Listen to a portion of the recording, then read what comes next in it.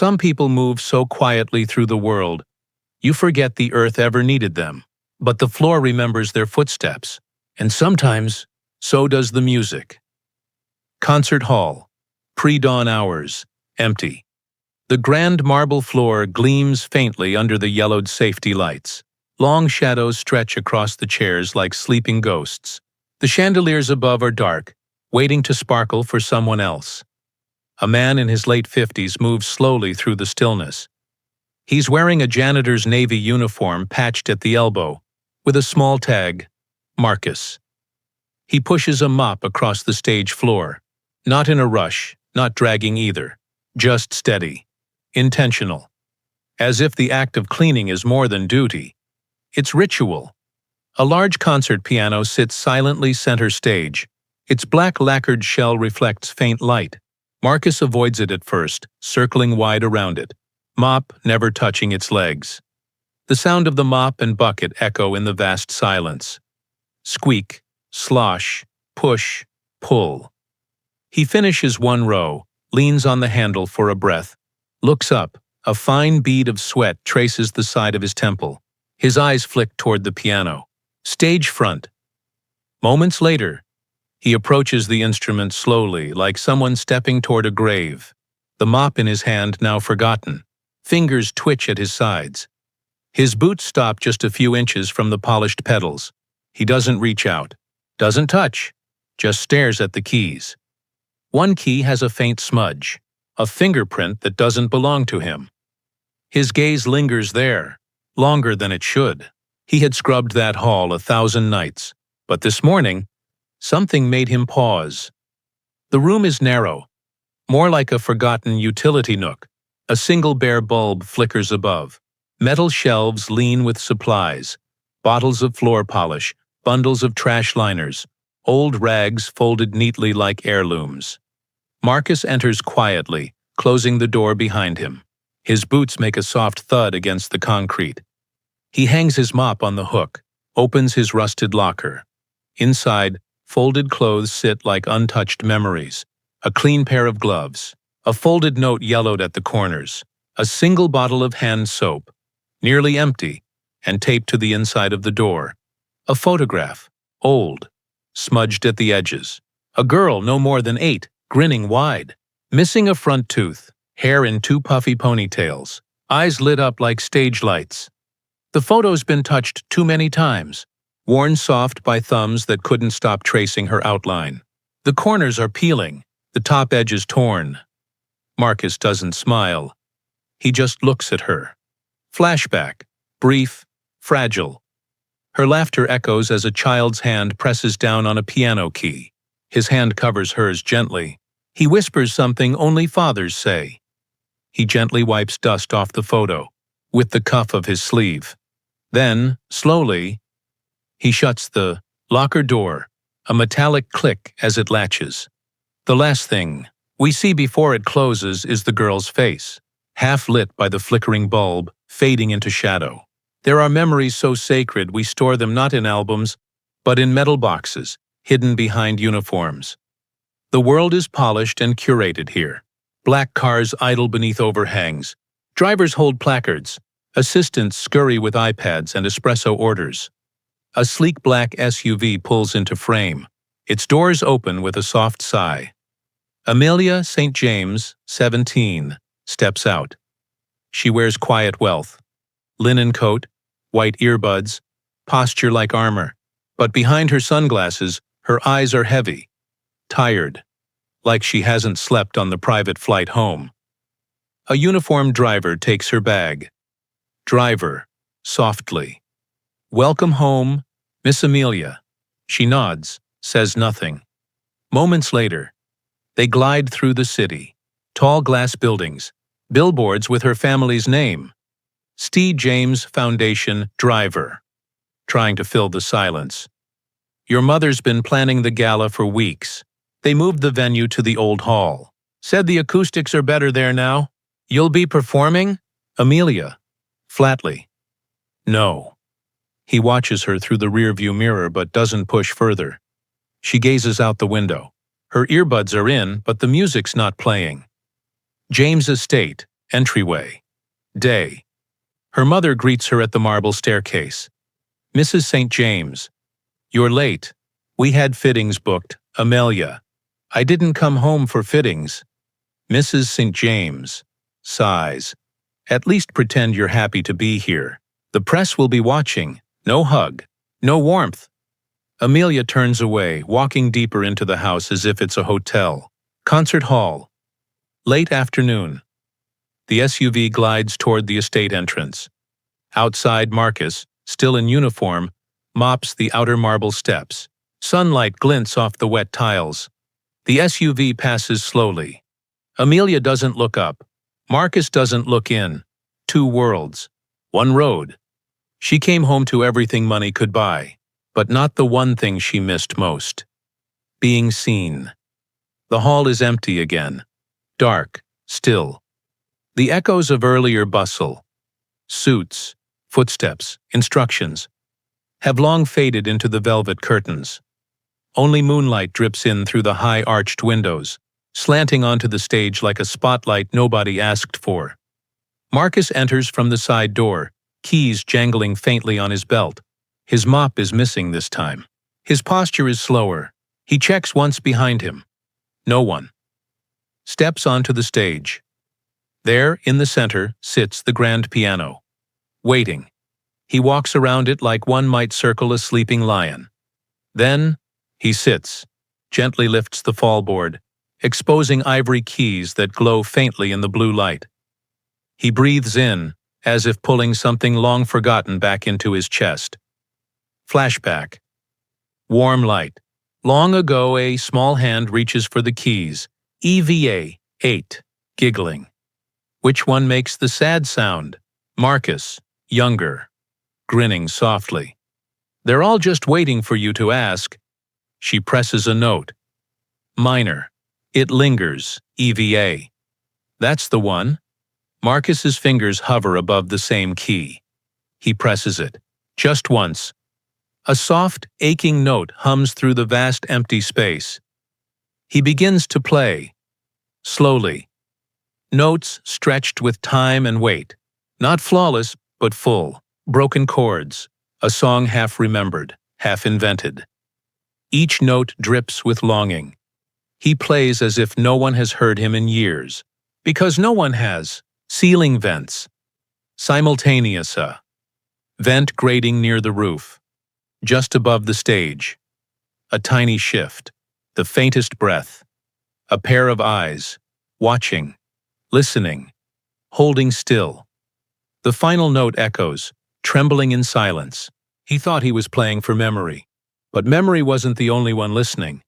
It's elegant but cold. All white walls and sharp furniture. A grand room that feels too big for the girl who lives inside it. Amelia sits cross-legged on the floor beside the open vent. Her phone lies nearby, face down. Piano sheet music, long ignored, gathers dust on a shelf above her bed. Her head is tilted, listening. Still. The faintest notes trickle up through the vent. Faint, broken chords. Pauses. A key pressed too hard. Another too soft, but there's something in it. A rawness. Her brow furrows. She knows this melody. Or almost does. She crawls closer to the vent, ear pressed near the slats. A gentle breeze rises through it, carrying the last notes of the janitor's song. One note stumbles. The final key lands off-tempo. Amelia flinches, her lips part, barely a whisper escaping. Amelia. He played that song wrong. She doesn't sound annoyed or smug. She sounds intrigued, like someone hearing their own thoughts echoed back, just in the wrong key. Amelia's room. Moments later, she pulls out a dusty keyboard from under her bed. The keys squeak faintly from disuse. Fingers hover over the middle C. She presses it once. Then two more notes, mimicking what she just heard. Then pauses.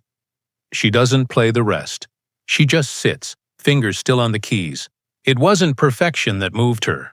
It was the way the wrong note still reached something right inside her. Marble floors stretch under high ceilings. The hallway is quiet, sunlit through stained glass windows. Footsteps echo gently. Deliberate. Light. Amelia, dressed in black slacks and a soft gray sweater, walks quickly down the hallway. Earbuds in. Eyes forward, her face unreadable, though there's the faintest trace of thought behind her eyes, like a tune stuck in the back of her mind.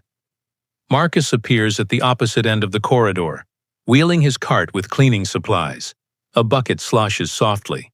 His posture, as always, is humble. Shoulders slightly forward, gaze cast down. They walk toward each other from opposite ends. Neither speaks, neither slows. As they pass, a silk scarf, blue expensive, slips from the side of Amelia's tote bag, floats gently to the polished floor behind her. She doesn't notice. Marcus does. He stops, bends down, picks it up. It smells faintly of lavender and some unnamed expensive perfume. He doesn't call out, doesn't clear his throat, just walks a little faster and catches up. He extends the scarf silently. Amelia finally notices him, removes one earbud, their eyes meet. Just for a second. She takes the scarf. Amelia. Softly. Thanks. He nods once, no smile, no words. Then he walks past her, cart squeaking faintly behind him. She stands there for a beat, scarf still in hand. Amelia turns her head, just slightly. She looks back, Marcus doesn't. Some people go unseen because the world chooses not to look. Others vanish because it's the only way they know how to survive. Sunlight pours in through tall windows, casting long golden stripes across the polished baby grand piano. The walls are padded with expensive acoustic panels. Every sound in this room matters. Amelia sits stiffly at the piano bench, fingers resting on the keys like they don't belong to her. A tall, sharp-suited piano instructor, 40s, paces behind her. On the music stand, Chopin, Nocturne in E-flat major. Instructor, slower on measure 12. You're rushing the legato. Again, Amelia, flatly. I wasn't rushing. That's just how I hear it. Instructor, how you hear it? You don't interpret Chopin, Amelia. You serve him. Again. She exhales hard through her nose. Starts again. Hands move stiffly, mechanical. Instructor. Stop. You're playing like the keys offended you. Amelia. Maybe they did. Instructor. If you don't want this performance, just say so. Your mother's arranged everything. The foundation gala is Amelia. Interrupting, louder. It's not my performance. It's hers. Her press. Her guest list. Her agenda. I'm just the soundtrack instructor. This attitude won't get you into Juilliard, Amelia. I'm not going to Juilliard. Beat, instructor. You've trained your whole life, Amelia. Yeah, and I hate it. She slams the fallboard down over the keys. Amelia, Conti D. I quit. I hate music now. Hallway outside. Moments later. She storms out, breath shallow, shoes tapping fast against the marble. Down the hallway around the corner, Marcus is mopping. Quiet. His eyes lift briefly as she passes. She doesn't see him. Or maybe she does. He watches her disappear down the corridor. You can practice something until it becomes a prison. Even beauty becomes unbearable when you're never allowed to make it your own. The room is dark now, lit only by a single overhead bulb left on by accident, or perhaps left on by intention. Dust particles float in its beam like a quiet snowfall. The baby grand piano sits unattended in the center. The bench is slightly off-kilter, and the sustain pedal hangs at a strange angle. Loose, from where she'd slammed it earlier. The door creaks open. Marcus steps in, careful not to let the door close too loudly behind him. He's alone, just him and the piano, just like always.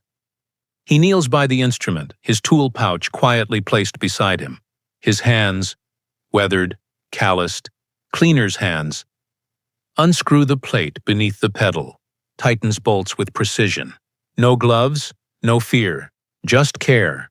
Each movement is gentle, like he's bandaging a wound. His eyes trace the wood grain beneath the keys. He runs his fingers softly across the underside, brushing off dust. There's reverence in how he touches it, not like an object, but like something living. He stands, presses the pedal, smooth, fixed.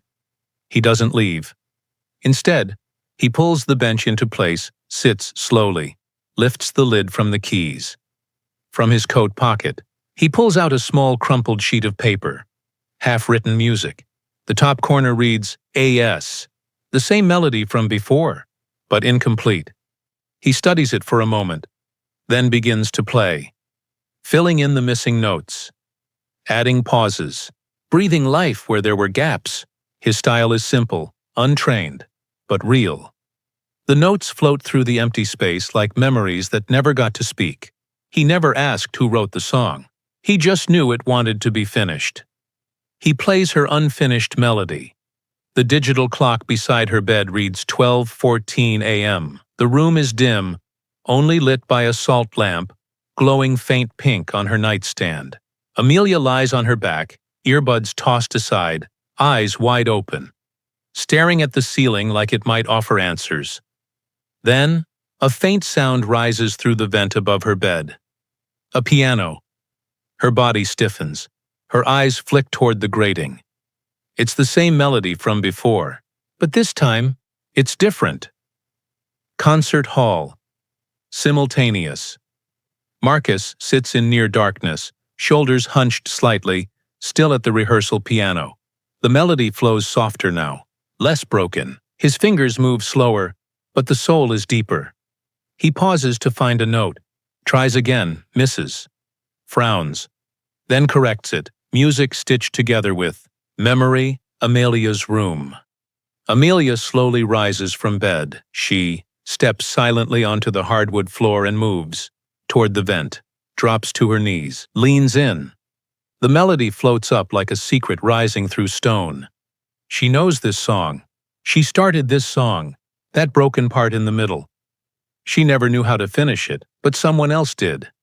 She leans even closer, hand gripping the vent's edge, eyes full of something she hasn't felt in a long time. Wonder. Her lips part, barely audible. Amelia, whispers. Who are you? She had buried the song with her old self, but the echo came back, asking to be heard again. Who are you? She whispers through the vent. The large hall is once again dark, serene, and silent, except for the soft tink of a piano key, slightly off. Then another. Marcus sits at the grand piano, back slightly curved, his work boots planted flat beneath the bench. His face is tight with concentration, not reading from anything now, just remembering. He plays the same melody again, a little differently, a variation in the phrasing, the way he pauses before a single minor chord. It's clumsy, but it's emotional. He plays like someone trying to remember a dream. Before it fades, he winces as he misses a note, stops, repeats it, tries again. Hands slow, like they're learning a language they once spoke. James' estate. Amelia's room. Simultaneous, Amelia sits cross-legged on her bed, laptop closed, all distractions pushed aside. The vent is open, and the piano's sound is soft but clear enough now. She watches it like others might watch a concert. Head tilted, breath shallow. She hears the hesitation in his hands, the retrying, the resolve. And without realizing it, she moves toward her dusty keyboard, plugs it in with a soft click, and mirrors his last phrase. Note by note. The wrong notes, the pauses. She plays them exactly how he did. Not perfectly, but emotionally. Honestly? Flashback. Studio. 2 years ago. A stern music judge stares at Amelia, no older than 15, as she plays perfectly but with mechanical expression. Judge, you play with technique, not with heart, Amelia whispers under her breath. Amelia. No, this is heart. She repeats Marcus's new variation, closes her eyes this time. He didn't know he was teaching, and she didn't know she was learning again. She starts mimicking his changes on her own keyboard. Dim fluorescent lighting hums overhead. The air is thick with cleaning supplies, dust, and unspoken tension. Marcus exits the rehearsal room, slowly closing the door behind him. He's holding his mop again. Back to duty. Back to silence. He walks past a bulletin board cluttered with event posters and work schedules. He's almost invisible in the space, but he's not alone. From the corner, Derek, 40s, the night shift supervisor, leans against a vending machine, arms crossed. Heavy boots. Clipboard under one arm. Derek, you were in there again. Marcus, quietly. Just cleaning. Pedal was loose. Derek tilts head. At midnight? Marcus shrugs. Derek, Contidi. That piano doesn't belong to you. It's prepped for the Foundation Gala, Marcus. Wasn't hurting it. Derek and the sheet music? Marcus freezes for just a breath. Derek, Contidi. Someone said they heard music coming from the hall last week. Not exactly a cleaning task, is it? Marcus doesn't respond. Instead, he picks up the mop and begins rolling it down the hallway. Derek watches him walk. Voice softens. Derek, Contidi. You're not just cleaning, are you? Marcus pauses, doesn't turn around, doesn't answer, just keeps walking. Security room. Later that night, a monitor flickers in the dark. A security guard rewinds the tape. Grainy footage shows a distant shot of Marcus, sitting at the piano, head down, hands moving slowly. The guard blinks, leans closer. Some jobs are done in silence, others echo louder than expected. You're not just cleaning, are you? A private kitchen tucked away within the estate's performance center. Stainless steel counters gleam. Staff move efficiently, prepping lunch for the upcoming gala rehearsal team. Amelia slips into the staff dining space unnoticed. She's in casual clothes, hoodie, jeans, hair pulled into a low bun. Not the girl they expect in heels and press appearances. She walks to the coffee machine. Her fingers hover over the brew buttons like she forgot how caffeine works. The chef, 50s, round, warm, and always humming, watches from across the room. He knows who she is, but doesn't treat her like it. Chef, softly wiping hands. You want tea instead? Amelia, blinks, half present. Yeah, sure. He pours her a cup, slides it gently across the counter. She stirs slowly, then glances up, cautious, as if she's about to ask something she shouldn't. Amelia. That janitor. What's his name? Chef, smiling softly. Marcus. She nods once, hides the curiosity behind her cup. Amelia. He plays, doesn't he? Chef studies her a moment, then leans in just a touch. Chef. He plays like someone remembering, not performing. Beat. Chef. Conti D. I think he lost someone. Hallway. Moments later, Amelia walks alone, tea in hand, eyes distant. She passes the piano room door, pauses, listens. It's silent now. She wasn't sure why she asked, but something in the silence between his notes felt like her own. I think he lost someone. The light outside is fading. Soft orange bleeds across the windows. Amelia sits cross-legged on her bed, laptop open, headphones in. Her tea from earlier sits untouched. On screen, a private YouTube video. She hesitates, cursor hovering over the play button. Click, flashback. Recital footage. 2 years ago, a younger Amelia, 15, steps onto a stage. Her dress sparkles under the spotlight. Her expression is composed, poised, but stiff. The hall is packed. She sits at the grand piano. Begins playing. The first few notes glide out smoothly. Her fingers move with robotic precision. Until a misstep. One wrong key. She panics. Hands pause. Then, another mistake. A soft gasp echoes from someone in the crowd. A child laughs in the back. Her mother, seated front row, flinches. Amelia rushes forward. Wrong tempo. Rushed finish. Silence. Then courtesy applause. Not real. Just polite. Amelia's room. Back to present, their face is pale. Her hand covers her mouth. She pulls the headphones off, breathing heavier now. On the side panel, comments. Rich girl? No soul. Technique without emotion. Boring. Dad's money can't buy feel. She slams the laptop shut. Phone screen, moments later. We see her delete one app. Then another. Sheet music reader. Piano learning tool. Metronome. All gone. She tosses her phone aside and presses her hands into her eyes like she's trying to unsee something from years ago. Sometimes it isn't the mistakes that hurt. It's the echo of what they convinced you you'd never be. She deletes all her music apps. The world is still sleeping. The cleaning cart squeaks down a quiet backstage hallway. Fluorescent lights flicker as Marcus walks past stacks of chairs and folded tables. A trash bin sits near the rehearsal room door, paper jutting from the top, crumpled, like someone discarded something they didn't have the heart to tear. Marcus pauses. Something catches his eye. He reaches in, a balled-up piece of sheet music, handwritten, ink, smudged, creased. He uncrumples it slowly, carefully, like unfolding an old letter. The top corner is marked with AS again. The melody line is delicate, hesitant, incomplete phrases, pencil notations, a margin scribble. Don't overthink. Just feel. His thumb brushes across the notes like they're made of glass.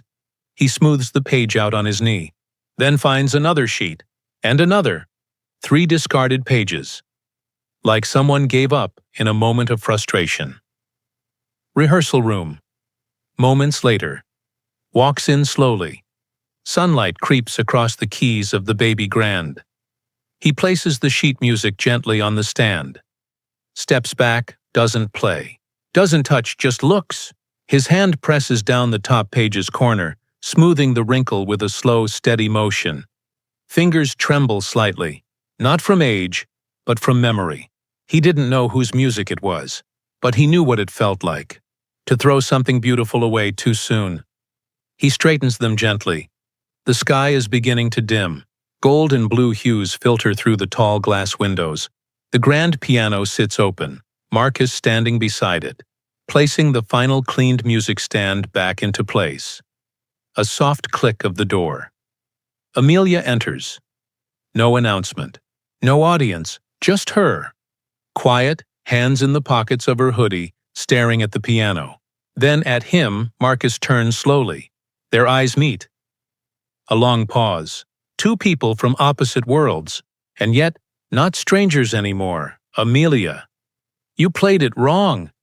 Marcus tilts his head slightly, not offended, more amused. Marcus. I usually do. Amelia. I wrote that song. Beat. Sort of. I never finished it. He nods once. Doesn't apologize, Marcus. Maybe it finished itself. She crosses the room, walking slowly, not sure what she's even doing. Amelia. Con TD. Why were you even playing it? Marcus found it in the bin. Amelia. You thought trash music deserved a second chance? Marcus. Everything does. She stops near the piano, touches one key, the one he always hesitates on. It rings soft and lonely in the open room. Amelia. You're not trained, are you? Marcus. Nope. Amelia. You play like… She hesitates. Like you're remembering someone. That catches him off guard. A flicker in his eyes. A long pause. He doesn't answer.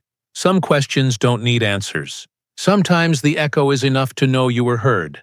Why do you play like you're remembering someone? The shadows in the room stretch longer now. The piano lid is open, keys exposed, like a heart laid bare. Amelia sits on the bench. Marcus stands a few steps away, unsure, not because he's nervous, but because he's never been invited to stay. She plays a few quiet notes, broken phrases, then stops. Amelia, playful, dry. If you're gonna fix my music, you might as well help me play it, Marcus. That's not in my job description, Amelia. Neither was playing it in the dark. Beat. She pats the empty spot on the bench beside her. He hesitates. Then slowly, sits, Amelia, con TD. No pressure, no stage, no perfect posture. Marcus, good. I sit like a busted chair. She laughs, a soft, honest sound. The first in a long time, Amelia. We meet after hours. We play. No expectations. No rules. Deal? Marcus, deal. He reaches for the first chord. Stumbles. She gently corrects his hand placement. Her fingers adjust his gently. Not like a teacher, but like someone handing a memory back. Marcus. Conteed. So, this isn't a lesson? Amelia. Smiles. It's a pact. She holds out her pinky. He chuckles. Slowly loops his around hers. Amelia. Conteed. No promises. No performances. Healing didn't come in applause or technique. It came in the quiet promise. Just play. No promises. No performances. The clock on the wall always reads past midnight. The world outside sleeps. But here, the music is just beginning. Night. Amelia stands over Marcus, leaning slightly, her finger tracing the staff lines on a fresh sheet. Amelia. That's a C sharp, not a C. If you skip the sharp, it sounds like you lost your footing. Marcus plays the note again. Rough, but closer. His eyebrows lift. Marcus. Thought that was just emotion. Amelia. Laughing. That was confusion. Night 2. Marcus plays a warm, slow chord progression. His fingers press deeper on the keys, less hesitant now. Amelia. Okay, that wasn't on the sheet. Marcus didn't like how it ended. Amelia. It's better. Beat. You changed it. Marcus. So sue me. She smiles, doesn't change it back. Night 3. They sit side by side. Amelia teaches him how to count in threes. Amelia, 1, 2, 3. Not 1, 2, pause 3. You're limping, Marcus. I do limp, she bursts out laughing. It echoes beautifully. Night 4. She closes the sheet music mid-practice. Amelia. Forget the paper. Just play what you hear. Marcus hesitates. Then let's go. And the sound that flows is imperfect but alive. She closes her eyes. Her lips curl into something real, something soft. Amelia. Conteed. You made it beautiful. They weren't student and teacher. They were two broken chords learning how to resolve. You made it beautiful, she says. The piano is silent. Marcus sits on the bench, shoulders slumped forward, elbows on his knees. The room is darker tonight. Even the moonlight feels reluctant. Across from him, Amelia leans against the far wall, cross-legged on the carpet. They've been playing for hours. Now only stillness remains. Amelia. You always pause at the same note. He looks up, surprised she noticed. Marcus. It's not a pause. It's a habit. Amelia. No, it's a memory. Softly. Is it about her? Marcus lowers his gaze. Doesn't answer right away. Flashback. Small apartment. Years ago. Little Eva, 8, sits beside a much younger Marcus, banging joyfully on the piano. Her hair's a mess. Her giggle bounces off the walls. Eva, Daddy, this note's sad. It's the one I'd use if I was crying in a movie. Marcus, smiling. Then it's yours. He kisses the top of her head. Marcus exhales slowly. Marcus. Her name was Eva. Beat. She played before she could spell her name. Wrote songs in crayon. Amelia. What happened? A long silence. His hand brushes the side of the piano. Marcus' life. A car that didn't stop. A phone that rang too late. He swallows. Looks up at her now. Marcus. Conteed. She would have been your age. Amelia doesn't speak. She just walks over and sits beside him. Close enough to share silence, not questions. Some griefs never leave. They just wait for a melody to give them shape. She would have been your age. The room feels sacred now. Dim lamps cast soft golden glows on the walls. The baby grand piano waits in silence, its lid lifted. Amelia sits alone at the bench, staring down at a worn sheet of handwritten music. It's not hers. The title, For Eva, scrawled in a child's uneven handwriting, then traced over by an adult's hand. Across the room, Marcus is silent, standing in the shadows, watching. She places the sheet gently on the stand. Her fingers hover above the keys, unsure. Then she begins, soft, careful. A fragile melody spills out, one that feels both unfinished and eternal, notes that seem to weep between phrases. The structure is simple, but the feeling is enormous. Marcus steps closer, pulled toward it like its gravity. Amelia, softly. You didn't write this for her. Beat. She wrote it for you. Marcus blinks, eyes full. Marcus. I found it in her backpack. The day after, his voice breaks. The music continues, swelling now, rising. Amelia adds a harmony that wasn't there before. A trembling high note she feels belongs. He sits beside her slowly. Their shoulders almost touch. He watches her hands move across the keys, just like Ava's once did. His face collapses inward. No words, just water rising. He cries. The first time in years, openly, silently. Tears fall onto his uniform, onto the polished wood. She never stops playing. Some songs aren't meant to be performed. They're meant to be felt. By the one who needs them most. He breaks down. The lights are dim, just one corner lamp glowing like a quiet secret. Amelia and Marcus sit side by side again, this time laughing, their fingers stumbling over a playful four-hand piece.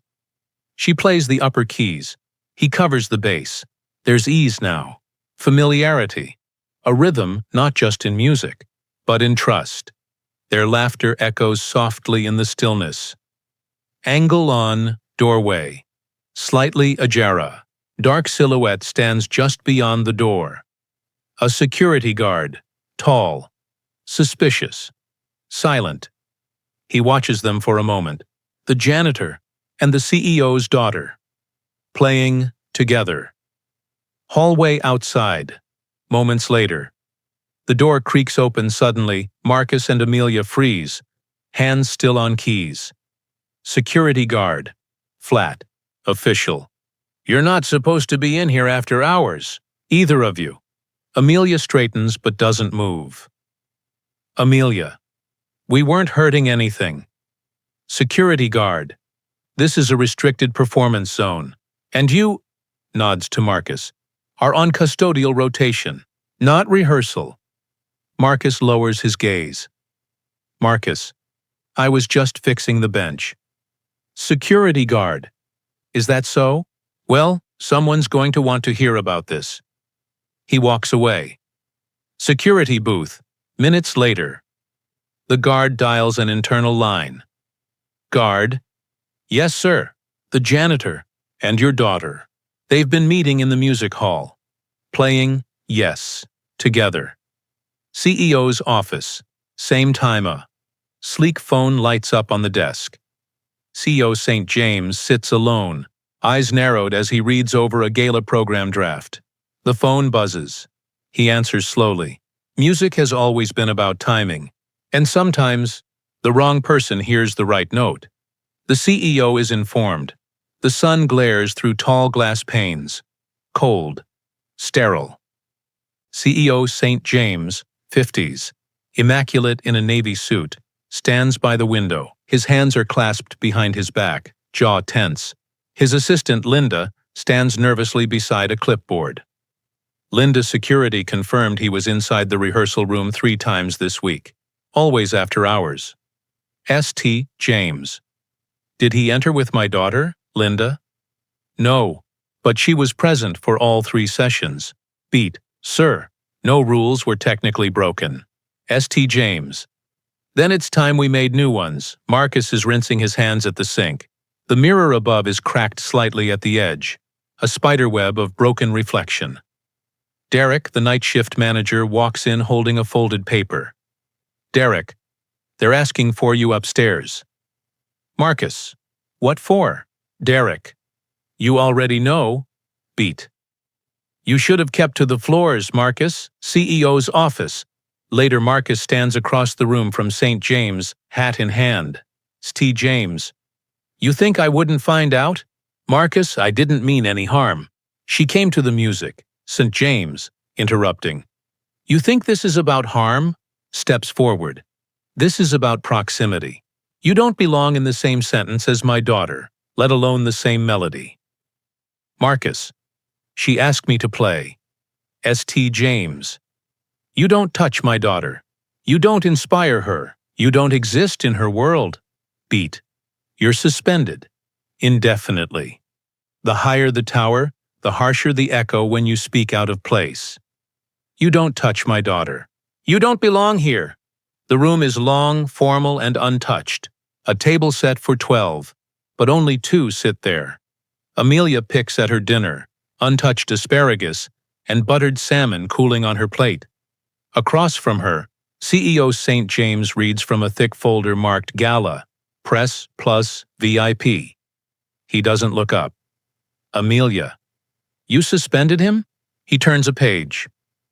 St. James, who? Amelia Marcus, beat, the janitor. The man whose song I've been learning to finish. St. James, raising an eyebrow. He's not a teacher, Amelia. He's a cleaner. You've embarrassed yourself. Amelia. No, I found myself. She pushes her plate forward.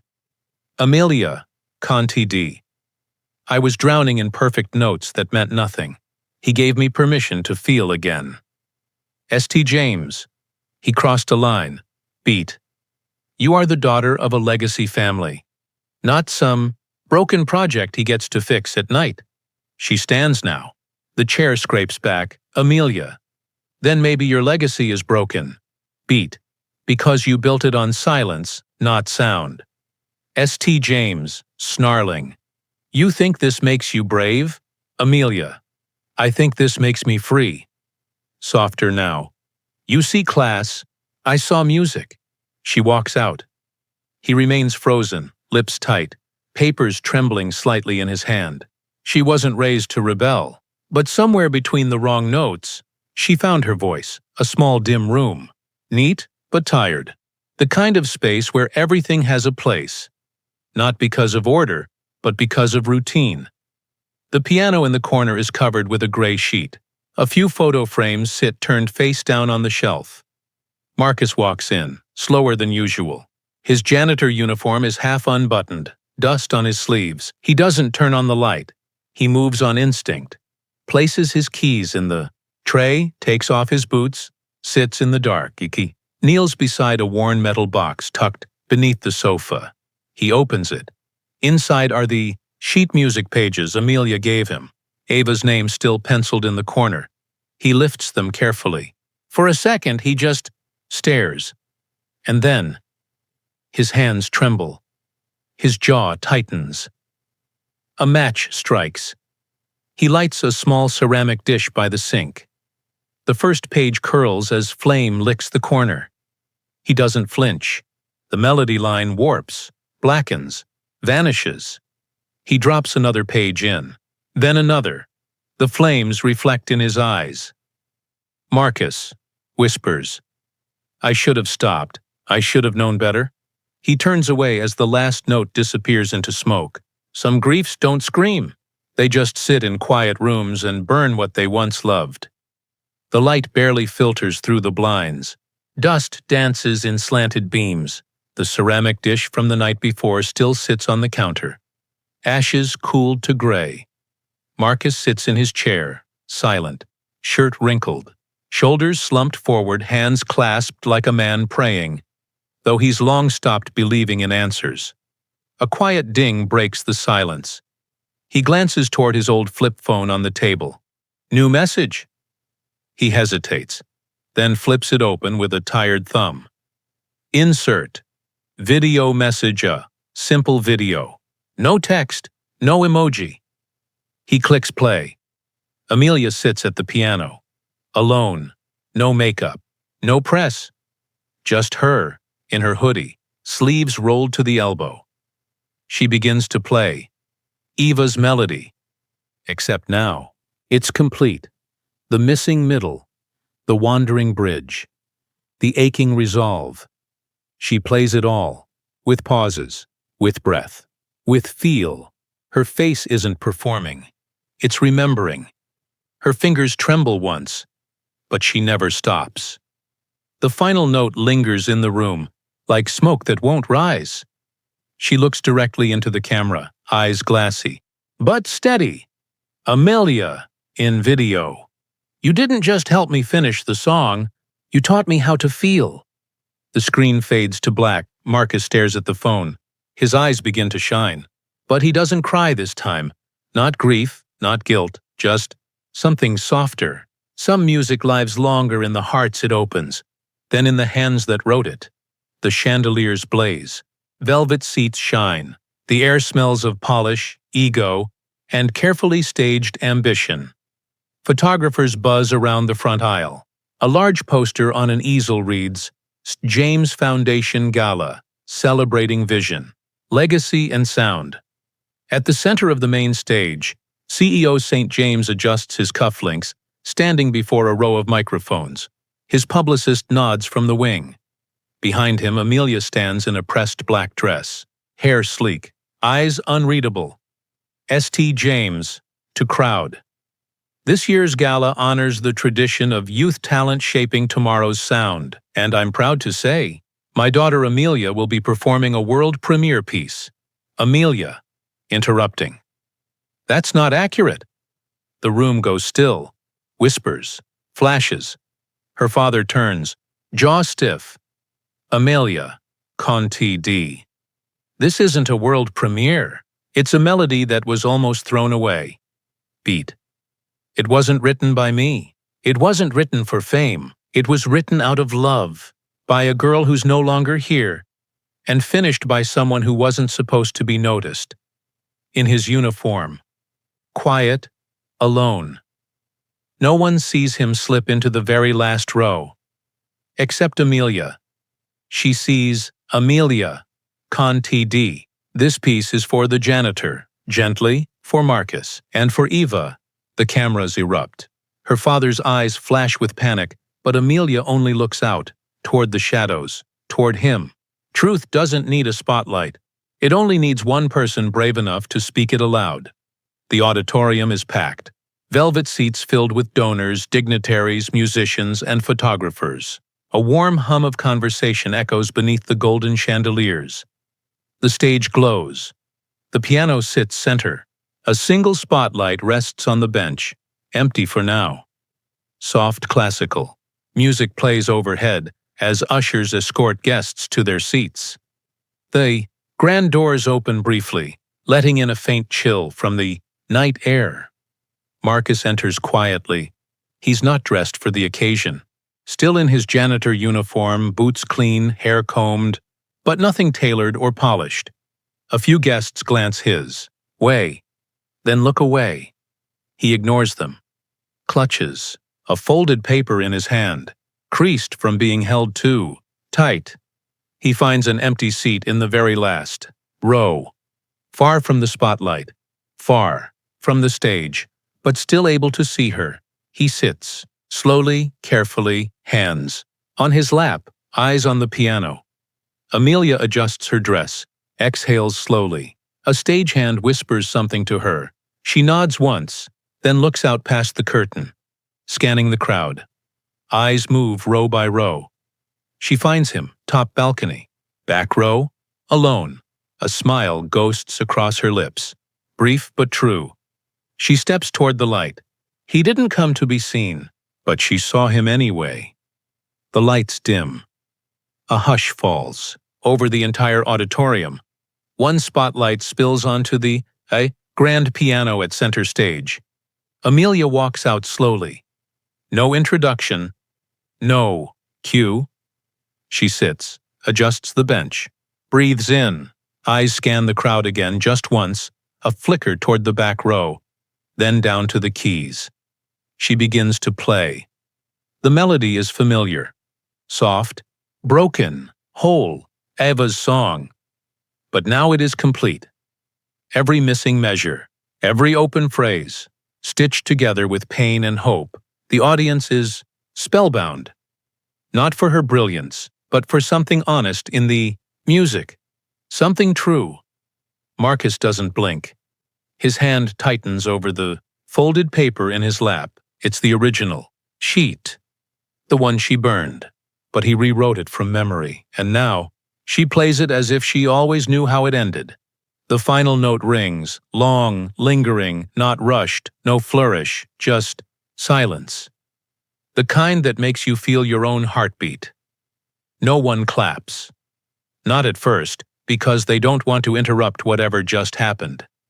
Then, soft applause begins, builds, grows into a standing ovation. But Amelia doesn't rise. She looks past the cameras, past the spotlights, directly to the back row and mouths, barely. Thank you, Eva. It wasn't for the crowd. It wasn't for the press. It was for the one who stayed in the shadows, and the one who never got the chance. The gala has ended. Silence has returned. C.O. St. James sits alone behind a massive mahogany desk. The room is dark, lit only by the glow of a large flat-screen monitor, paused on a still frame of Amelia at the piano. Whiskey glass untouched beside him, tie loosened, a single cufflink removed. He presses play, on screen. Replay of gala performance. Amelia plays the melody again. Her hands move slowly, delicately, with intention. Each note laced with something raw, something deeply untrained, but emotionally powerful. C.O. St. James watches, not like a father, more like a stranger trying to understand someone he thought he raised. He leans forward as she enters the middle passage, the broken section she had never been able to finish. And now, it flows, perfectly imperfect. Off-sheet. Not classical, but honest. His eyes narrow. He rewinds it, listens again. On screen, Amelia's expression shifts as she plays the final bridge, a passage clearly beyond her previous style.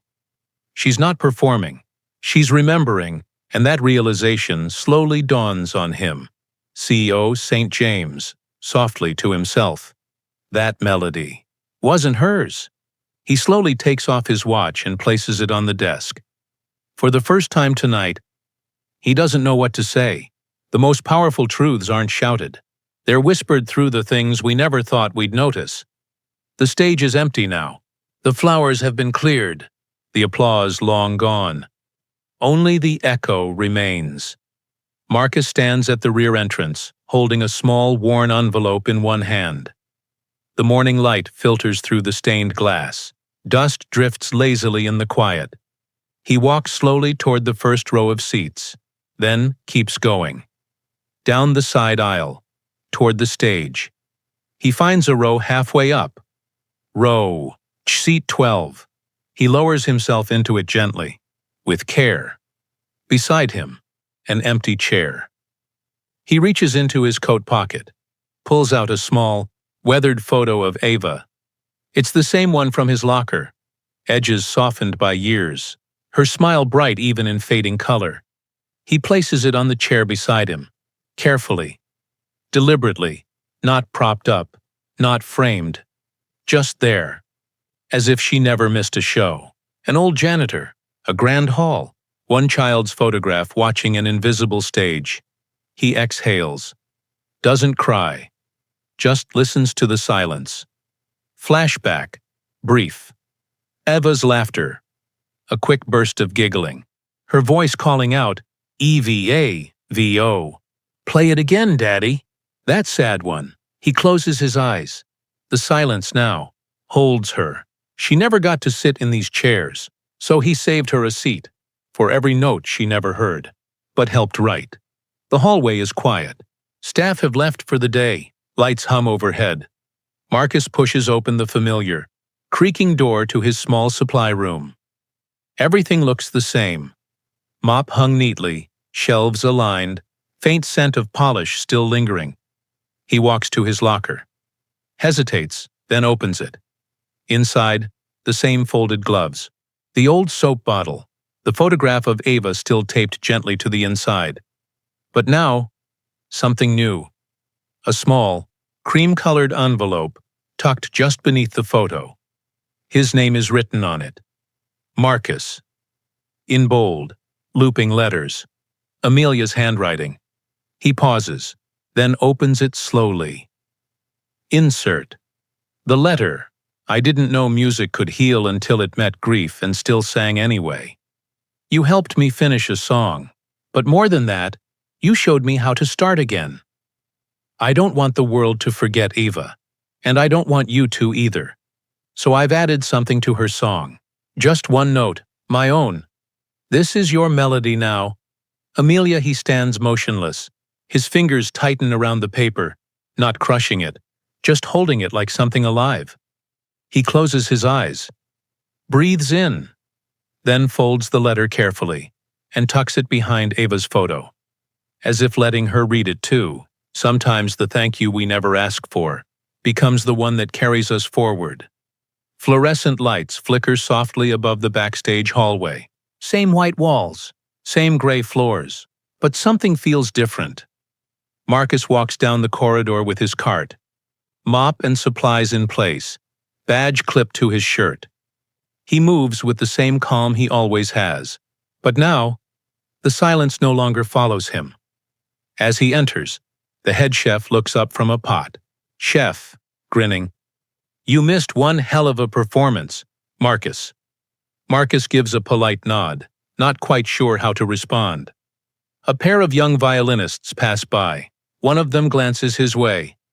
Violinist number 1, to her friend whispering, That's him. That's the janitor from the song Violinist number 2. He doesn't look like a janitor. They move on. Marcus hears every word, doesn't flinch, but something softens in his face.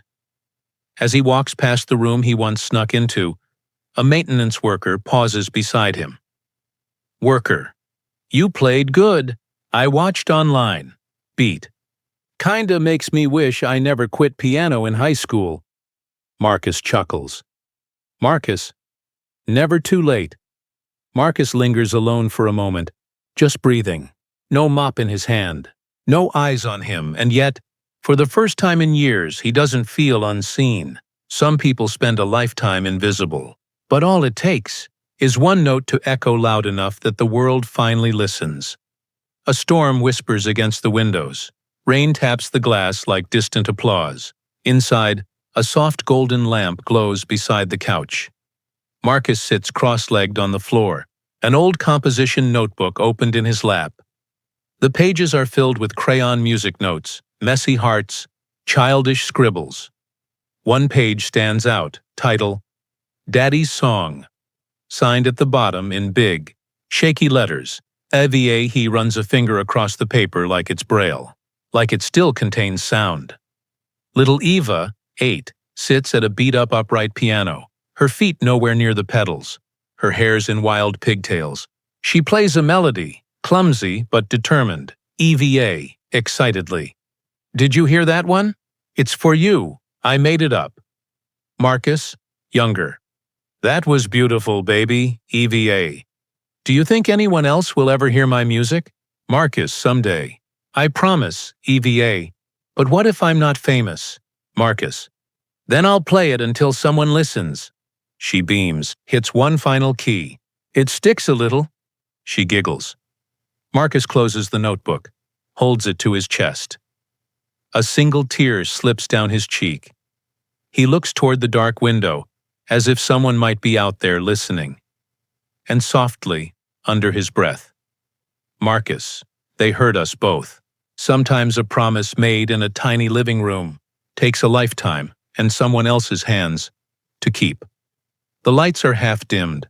Workers fold chairs, sweep the aisles, and remove floral arrangements. The echoes of the gala have faded into a faint hum of routine. Marcus mops the marble steps leading toward the stage. Steady, calm, almost peaceful now. His movements have rhythm again. Behind him, the sound of approaching footsteps. Polished, deliberate CEO St. James stops a few feet away, adjusting the cuff of his shirt. The silence between them feels heavier than the chandeliers above. St. James. You missed a spot. Marcus doesn't turn.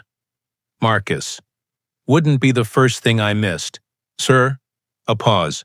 Then, surprisingly, a faint chuckle. Sir James. You played beautifully. Marcus, wasn't me playing. St. James, quietly.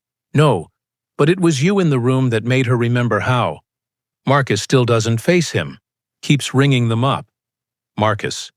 Didn't mean to cross any lines. She just needed music again. St. James. And what did you need?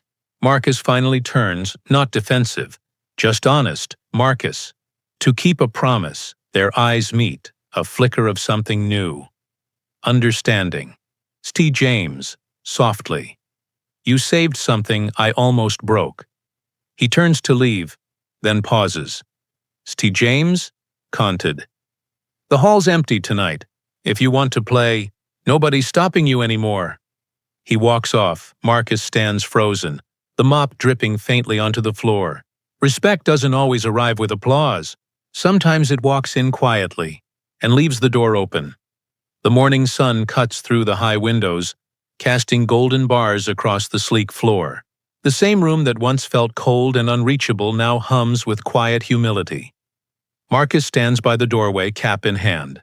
CEO St. James sits behind his desk, the same desk where he once issued suspension orders.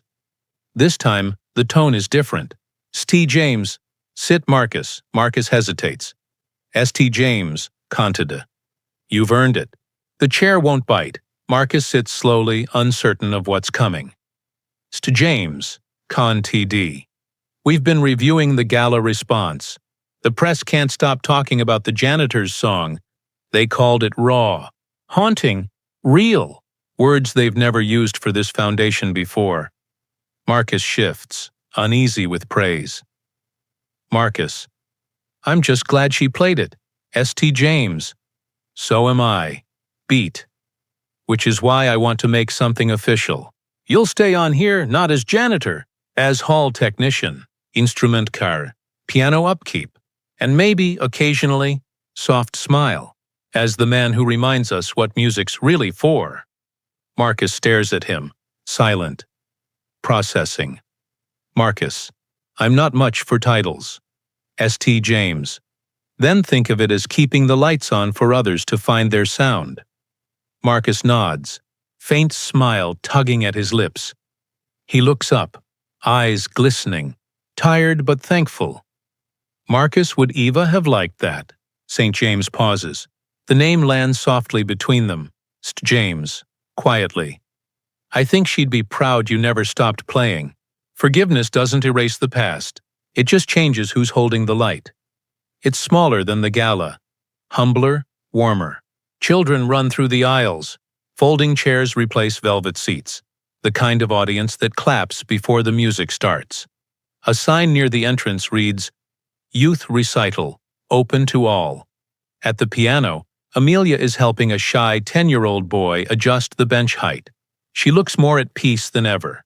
Hair tied loosely, no cameras, no pressure. At the back of the stage, Marcus tunes the piano, fingers gentle on the keys. His uniform is gone, replaced by a simple white shirt and dark vest. He looks like himself, finally. Amelia. You're not escaping after this. You know, Marcus. I'm just the mechanic. Amelia. Not tonight. You're not. She gestures toward the second piano placed beside hers. He hesitates. Marcus. I fix notes. I don't make them. Amelia. Then fix one for me. Out loud. A ripple of laughter from the front row. He sighs, smiles, a real one this time, and sits. 2 pianos, 2 stories. 1 song, she begins first, soft, confident. Then he joins. His part slower, steadier. The rhythm of someone who's learned patience through pain. The melody rises between them. Ava's song, alive again, reshaped by 2 souls who refuse to let silence win. The room holds its breath. The last note rings. No showmanship, no bow, just stillness. Then, the audience rises. For the first time, he didn't play to remember. He played because the music finally remembered him. Sunlight pours through the tall glass windows, flooding the corridor with soft gold. The sound of distant piano scales echoes from one of the smaller practice rooms. Notes spilling like laughter. Marcus walks down the freshly waxed hallway, toolbox in hand. He's in uniform again, but this one's new. A small badge reads, Marcus Ellery, Hall Technician. He pauses at the end of the corridor where a new bronze plaque has been mounted beside the door. He leans in to read it. Insert, the Plakiva's room, dedicated in memory of a young musician whose melody lives on. Below, engraved smaller, some notes never fade. Marcus's breath catches. His hand trembles slightly as he reaches out to touch the smooth metal. His reflection glimmers faintly in it. Older, tired, but proud. A few kids peek through the half-open door of the practice room behind him. One of them, a little girl, presses a single key and giggles. Another joins her. Their laughter fills the space. Marcus stands there listening, eyes glistening, a slow smile forming. Flashback. Eva's voice, echoing, Daddy, do you think anyone will ever play my music? Marcus runs his thumb over her name. Marcus, softly. They already are. He takes one last look at the plaque, then turns off the hallway light, leaving it glowing softly in the afternoon sun. Legacy isn't built in fame or applause. It's built in every heart that keeps the melody alive. Sunlight filters softly through sheer curtains. The small piano room is alive with sound. Hesitant, playful notes tumbling from a young student's fingers. Amelia sits beside a little girl, around 9 years old, guiding her gently through the melody. It's the same song, Ava's song, but now being learned again, passed on. The girl misses a note and frowns. Young student, I can't get the sad part right. Amelia, smiling gently. That's because you're trying too hard to make it sad. You just have to feel what the note wants. Young student, feel it? Amelia, yeah, some notes don't want to be played perfectly. They just want to be heard. The girl tries again, this time slower, softer, imperfect, but beautifully real. Angle on. The door, slightly open. In the hallway, Marcus stands quietly, unseen, listening. His lips curve upward. He doesn't interrupt, just watches as the same kind of magic he once gave away keeps multiplying. Amelia leans closer to her student. Amelia, you're doing it right now. That pause you took? That's where the heart lives. The little girl looks up at her, eyes wide. Young student. So, music is like breathing? Amelia nods softly. Amelia. Exactly. Now close your eyes. Feel it. The girl does. And for a moment, the melody sounds almost like Ava's laughter, floating faintly through time. Narration. VO. Every teacher becomes the echo of the one who first believed in them, and every note that heals carries someone else's heartbeat inside it. The same small apartment that once felt heavy with silence now hums with quiet life. Sunlight warms the curtains. The air smells faintly of coffee and polish, and for the first time, music plays openly from an old record player in the corner. Soft jazz, gentle, unhurried. Where there was once clutter, there is order. Where there was emptiness, there are signs of living again. A small bookshelf holds stacks of music sheets, some wrinkled, others newly printed. On the wall above the piano, the faded photo of Eva now hangs framed properly, glass cleaned, edges smooth.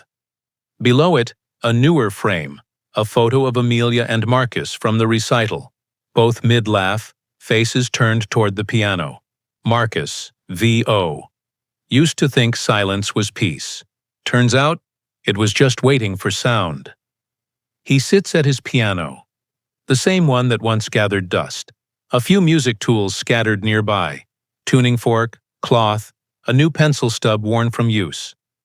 He flips open a fresh notebook, writes on the first page, Ava's Echo, Part 2. He hums the first few notes to himself, then plays. The melody fills the apartment, steady, heartfelt, unpolished. He glances once at the photo of his daughter, then at the one beside it.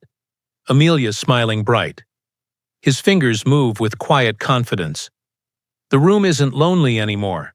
Grief doesn't disappear. It just learns how to harmonize with hope. Rain lashes the window. Thunder rolls across the sky like distant grief. The living room is dim, the soft yellow light of a single lamp illuminating a younger Marcus. Kneeling beside a tiny upright piano, EVA, 8, is packing her backpack with messy enthusiasm.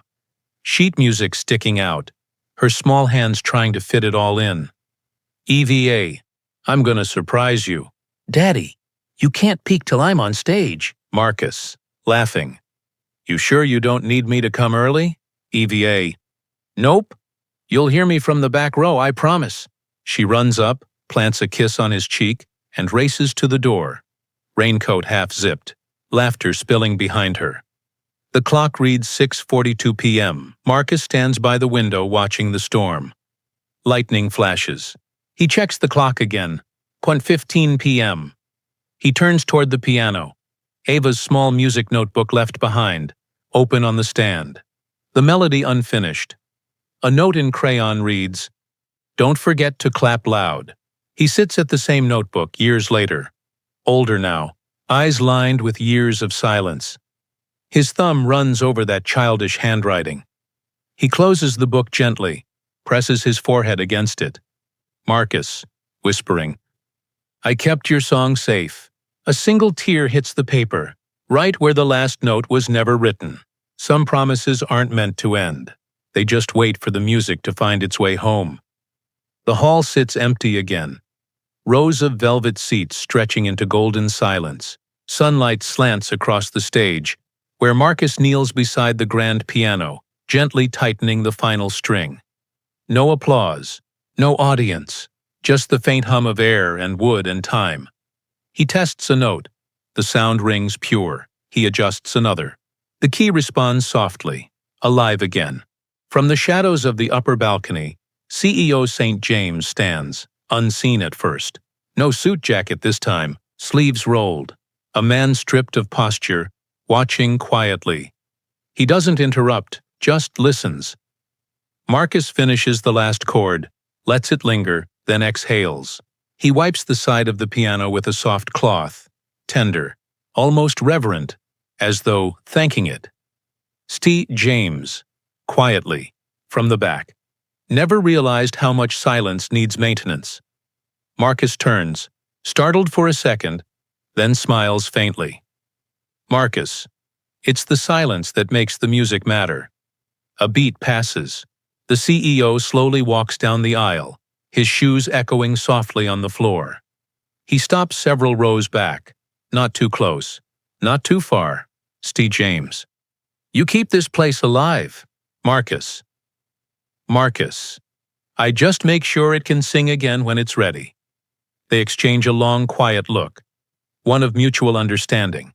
Not apology, then both nod. No handshake, no grand gesture, just respect. The higher man finally looked down, not to diminish, but to bow, in his own way. The faint hum of piano scales drifts through the corridors again. Not from Amelia, not from Marcus, but from new students filling the rooms. Laughter, missed notes, a rhythm of life that refuses to fade. Marcus walks slowly down the hallway, carrying a small toolbox and a tuning key. Every door he passes reveals someone playing. Strings, violins, brass, piano. Each room holds a piece of something he helped build. Inside, 3 kids share the piano bench, elbows bumping, giggling, trying to match each other's rhythm. Marcus pauses at the doorway. Smiles. The same plaque glints in the afternoon sun. EVA's room. Some notes never fade. A teenage boy hums part of Eva's melody while restringing a guitar. A teacher corrects a student's phrasing. No, no, let the silence breathe there. 2 young girls whisper, That's the janitor's song, right? A cleaner hums the same tune while sweeping the floor. Marcus stops center stage, empty hall again before him. He looks up toward the balcony, the same spot where he once sat invisible. Now, the light touches it gently. He smiles. Marcus, softly, to himself. She got her audience after all. He places his tuning key on the piano and turns toward the door, leaving it slightly open behind him, letting the music drift out. The song that began in one broken heart now lives in every pair of hands brave enough to play it. Because some music never dies. The building rests under soft golden light. Every sound from the day has quieted. No footsteps, no chatter, just the hum of electricity and memory. The grand piano sits alone under a single spotlight. Its lid is open, gleaming faintly. Marcus walks in slowly from the side door. No uniform, no audience, just him, the hall, and a single folded piece of sheet music in his hand. He sets it on the stand, Eva's song, edges worn, but still intact. His hands hover above the keys, older now, steady, not trembling anymore. He presses one note, a soft, low C, warm, round, alive. He holds it there. The sound stretches through the empty hall, touching every wall, every seat, every shadow. It's not loud, it's not long, but it's true. The resonance fades, yet somehow still lingers, like something unseen refusing to let go. Ava's small hands on the piano. Hey, Amelia smiling during their first duet. The plaque. EVA's room. The gala stage, empty now. Marcus's quiet smile as he listens to the silence. He closes the lid gently, places the tuning key on top, perfectly centered, then walks toward the exit, the sound of his footsteps echoing softly behind him. He pauses at the door, looks back once. The piano sits in stillness, basking in the last trace of sound. Every song ends, but the note that lingers, that's where love lives. A single note echoes into silence.